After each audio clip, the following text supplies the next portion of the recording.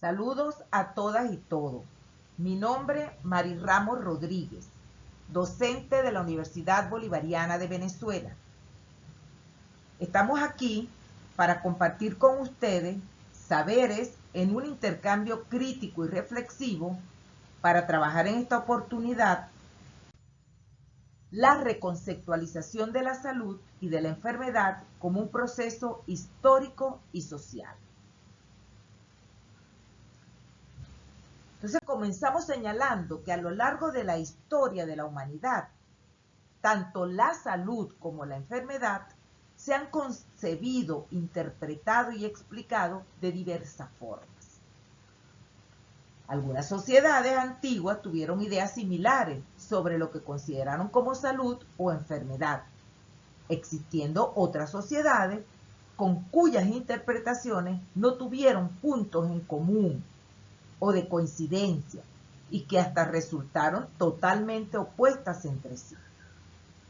Pero el elemento clave que conecta estas primeras interpretaciones es aquel que asimila el cuerpo humano a un aparato u organismo compuesto por partes u órganos mutuamente dependientes, a los que al deteriorarse entonces había que reparar. Muy posteriormente, en el tiempo histórico, la idea más común y de uso más generalizado hace referencia a que la salud es un estado opuesto a la enfermedad. Entendida así, se puede afirmar que una persona está sana cuando no manifiesta molestias, alteraciones o afecciones en cualquiera de los aparatos, partes o sistemas de su cuerpo. Esta interpretación se enmarca en el campo de lo biológico. La ubicación de la salud y la enfermedad en el ámbito de lo estrictamente biológico hace surgir problemas, es decir, limitaciones para decidir la presencia de una enfermedad a partir de una variable fisiológica. No obstante, detrás del objeto empírico enfermedad hay varios fenómenos diferentes. Hay un proceso material biológico y una interpretación del mismo, que socialmente hablando determina si lo que se observa es enfermedad o salud.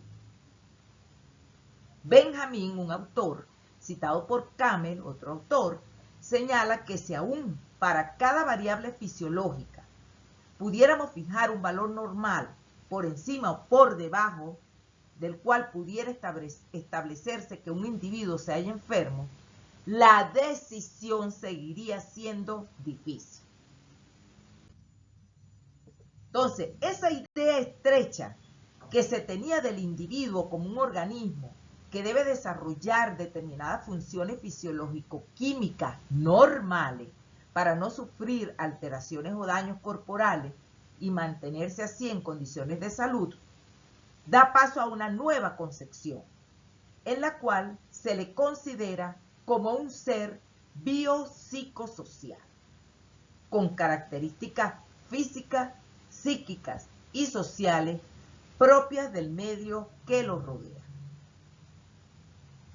Esta superación de la idea organicista de la esfera biológica e individual se debe en gran medida al surgimiento de la teoría microbiana, pasando a ser concebida entonces la enfermedad no como un problema exclusivo del individuo, como una entidad aislada, sino como un problema mucho más amplio ligado a la dinámica social, formando parte y dependiendo a la vez del bienestar colectivo. Ahora bien, importante resaltar en este momento que hemos hecho alusión a la teoría microbiana y, por lógica, debemos agregar algo más de la historia. En el siglo XVIII surge en Europa Occidental el movimiento higienista, donde prevalece la visión disciplinaria sobre los cuerpos, que se caracterizaban por intervenciones del Estado a través de leyes y normativas para evitar la propagación de las enfermedades. Luego, al llegar la Revolución Industrial, se da la organización de las clases trabajadoras y hay un aumento de su participación política, y ellos colocan salud en la pauta de las reivindicaciones de los movimientos sociales del periodo. En Alemania, en los años que precedieron a la Revolución de 1848, Virchow lideró un movimiento radical.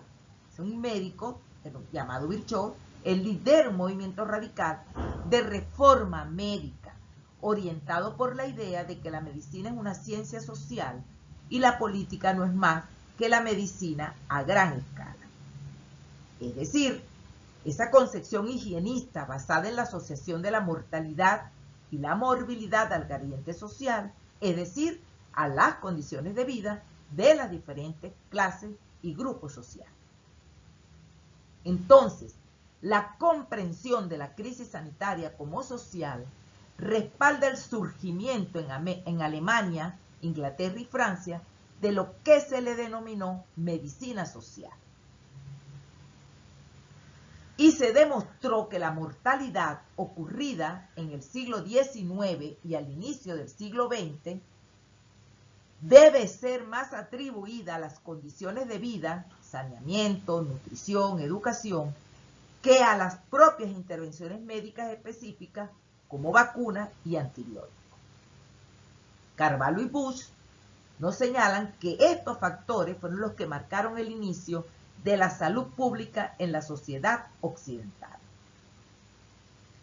Bien, para entender el origen histórico y filosófico de la medicina social, nos tenemos que ir a la Alemania de la segunda mitad del siglo XIX, donde vivió Virchow, quien se considera uno de sus padres, Rudolf Virchow, aquel que dijo aquello de que la medicina es una ciencia social y la política no es más que medicina en una escala más amplia. Virchow hacía del trabajo con los pobres su centro de atención, pero dio un paso cualitativo importante al considerar la estructura política y social como origen de los males de los pobres y sobre todo al considerar que la acción política entraba dentro del campo de la medicina y las reformas sociales dentro del interés y obligaciones del médico. A lo largo del siglo XIX e inicio del siglo siguiente, es decir, del siglo XX, se entra en la era del paradigma microbiano y bacteriológico, que enfatiza la concepción biológica de la enfermedad. En Estados Unidos e Inglaterra surge el sanitarismo como la salud en aplicación de tecnología y en principio de organización racional para la expansión de actividades profilácticas como saneamiento, inmunización y control de vectores destinados principalmente a los pobres y sectores excluidos de la población. El paradigma microbiano reforzó al movimiento sanitarista Salud Pública, redefiniendo el campo de la salud social en el mundo occidental. Una vez más, se está privilegiando el abordaje curativo individual. Es decir, la nueva panacea, que es el paradigma microbiano, suplantaría el enfoque colectivo higiénico. Eso es el positivismo, ciencias básicas aplicadas al estudio y aplicación de enfermedad, convirtiéndose el laboratorio en la fuente principal del conocimiento, señalado así por Sanabria. Este proceso de hegemonía conceptual y de producción de conocimiento alcanzó uno de sus puntos más álgidos en 1910 con el famoso Informe de Educación Médica en los Estados Unidos y Canadá, escrito por Abraham Fleckner, en el que él resaltaba un enfoque reduccionista de la enseñanza médica que sobrevaloraba el ámbito subindividual e individual en el campo de la salud. Este relatorio Flettner no es más que enseñanza de la práctica médica a partir de principios técnicos rigurosos. Este método positivista fletneriano otorgó marcado énfasis al conocimiento experimental con base en estudios de laboratorio provenientes de la investigación básica, realizada generalmente sobre enfermedades infecciosas. Y de esta manera se instituye un proceso de formación de las escuelas de medicina con énfasis en los aspectos biologicistas y escasa importancia a los aspectos psicológicos y sociales del ser humano, señalado por Paín y Almeida. Ahora regresamos a lo que señalamos arriba para explicar lo de la teoría microbiana.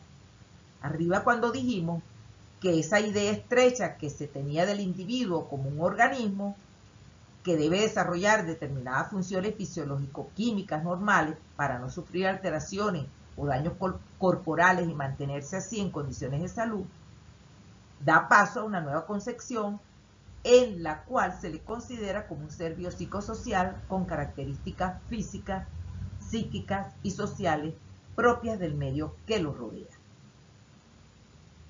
Entonces nos estamos refiriendo a que esa nueva concepción en la cual se le considera como un ser biopsicosocial con características físicas, psíquicas y sociales propias del medio que lo rodea.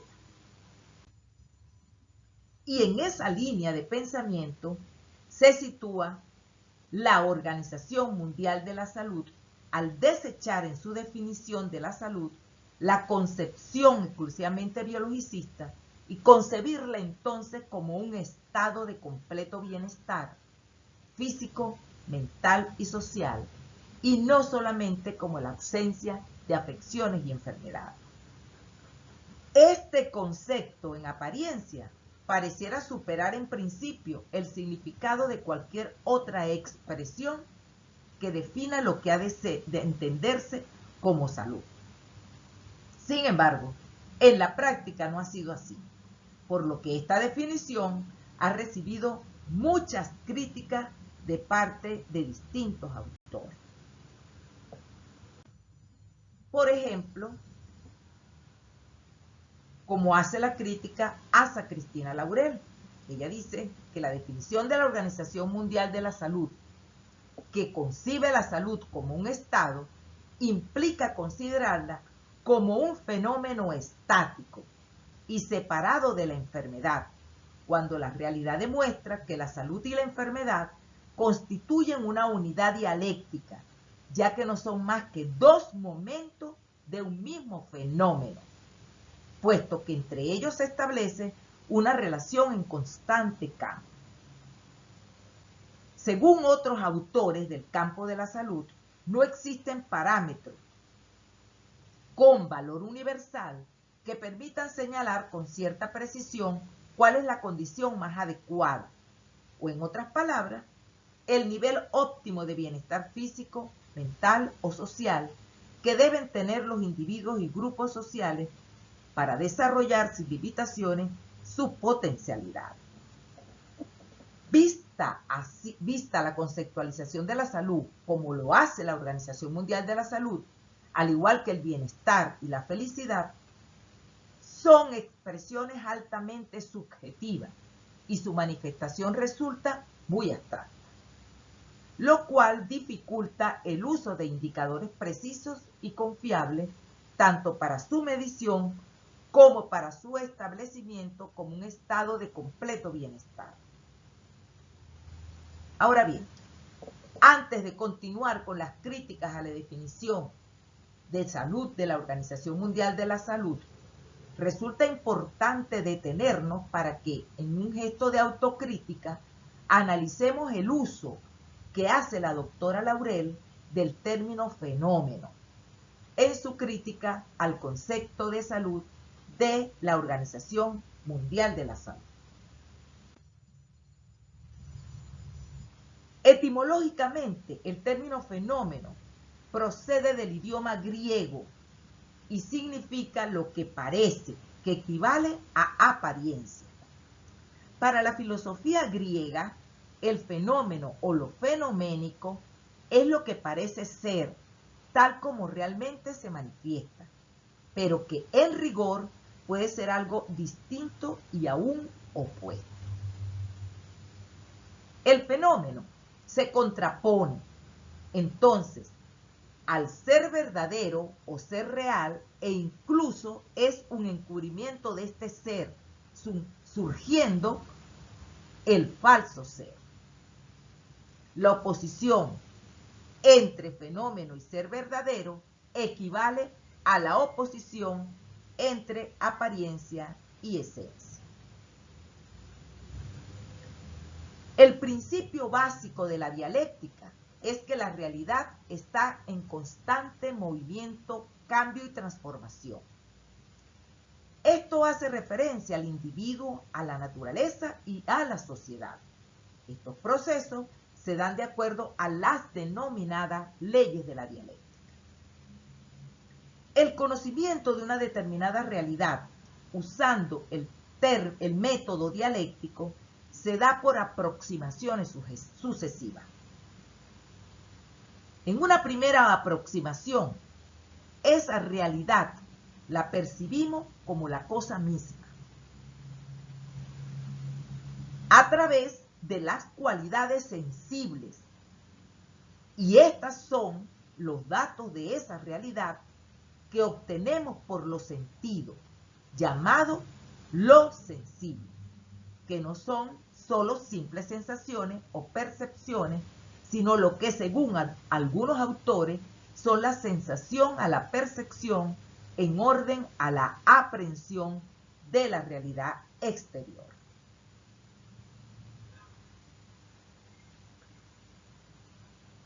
El término esencia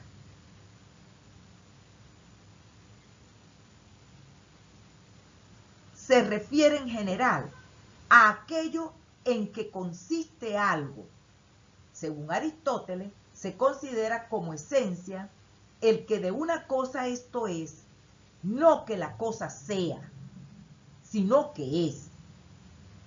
En la primera afirmación tenemos la esencia como algo real, en la segunda la esencia como algo lógico o conceptual.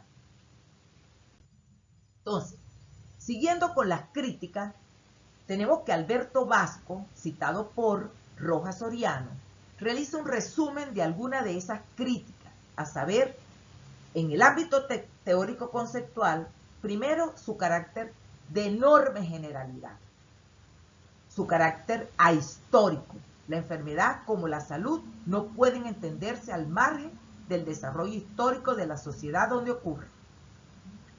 Su fuerte vinculación a las tesis desarrollistas con sus explicaciones sociales del tipo círculo vicioso y su ignorancia de las enormes diferencias sociales existentes en las sociedades capitalistas.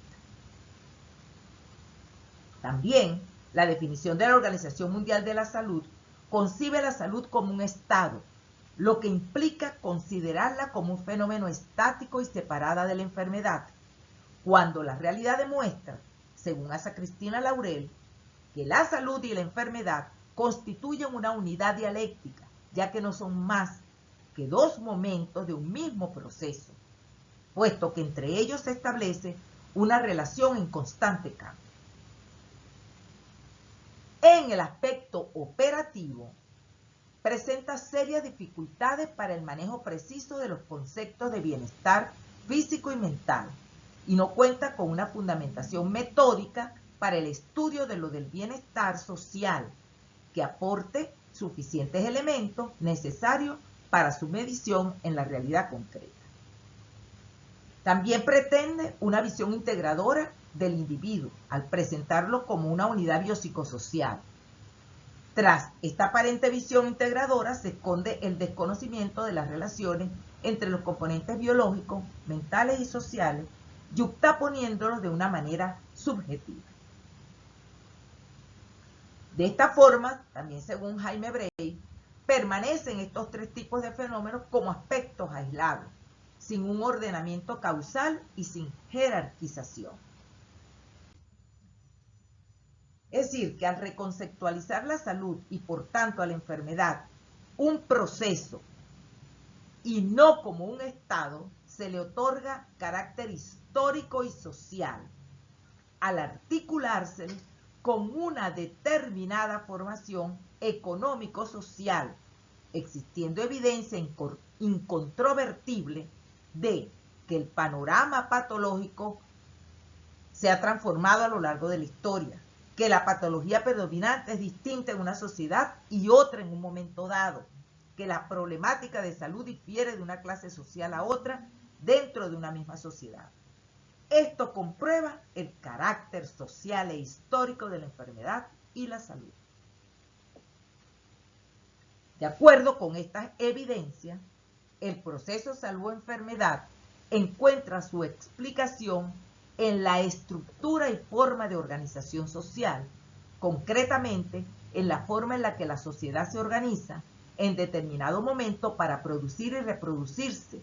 Por tanto, la salud-enfermedad individual y colectiva es un hecho natural, determinado y condicionado por lo social, que adquiere particularidades en cada formación económico-social y grupo social concreto. Particularidades que es necesario analizar a partir de ciertos planteamientos teóricos, conceptos, leyes y teorías propios del materialismo histórico y dialéctico. En este sentido, la salud y la enfermedad son elementos de un mismo proceso, ligados dialécticamente, por lo que su apropiación teórica debe realizarse con categorías y leyes dialécticas que permitan la reconstrucción conceptual del proceso en su movimiento, en su desarrollo y en su historia. El uso de la dialéctica para el estudio de la salud-enfermedad permite comprender mejor sus múltiples relaciones y aspectos en realidades concretas, cuyas características principales son sus movimientos, cambios y desarrollos permanentes, con lo que se logra guiar las respuestas sociales que se proporcionen para fomentar, preservar y recuperar la salud. Siendo la salud-enfermedad una realidad objetiva, forma parte de una realidad objetiva mayor, que es aquella conformada por la naturaleza y la sociedad, con las cuales interactúa y se relaciona de diversas maneras. Relaciones que es necesario identificar y estudiar para construir a partir de aquí el conocimiento científico sobre lo que debe ser nuestro objeto de estudio.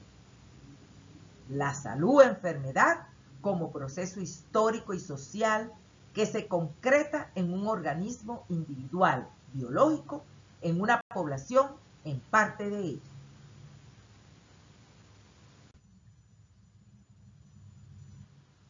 De allí que entonces reconocer que la salud-enfermedad es un proceso histórico y social que tiene una distribución diferencial en la población y que está determinado en última instancia por la estructura social, implica asumir para su explicación una perspectiva teórica distinta al positivismo y su expresión en las ciencias sociales, a través del funcionalismo y el conductismo. Entonces, la decisión sobre la escogencia de esta perspectiva teórica distinta a la tradicional para el estudio de la enfermedad y la salud es crucial, pues desde ahí se reconstruye e interpreta la totalidad social. Se hacen visibles los procesos sociales esenciales de la salud, que son los procesos protectores y destructivos de la salud.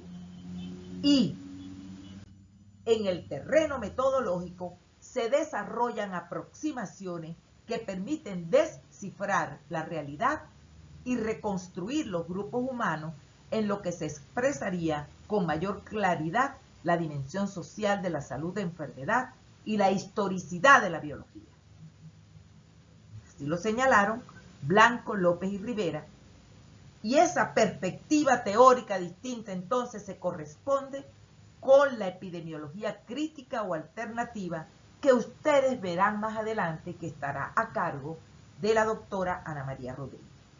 Muchísimas gracias por su atención y multiplíquese esta información. Adelante.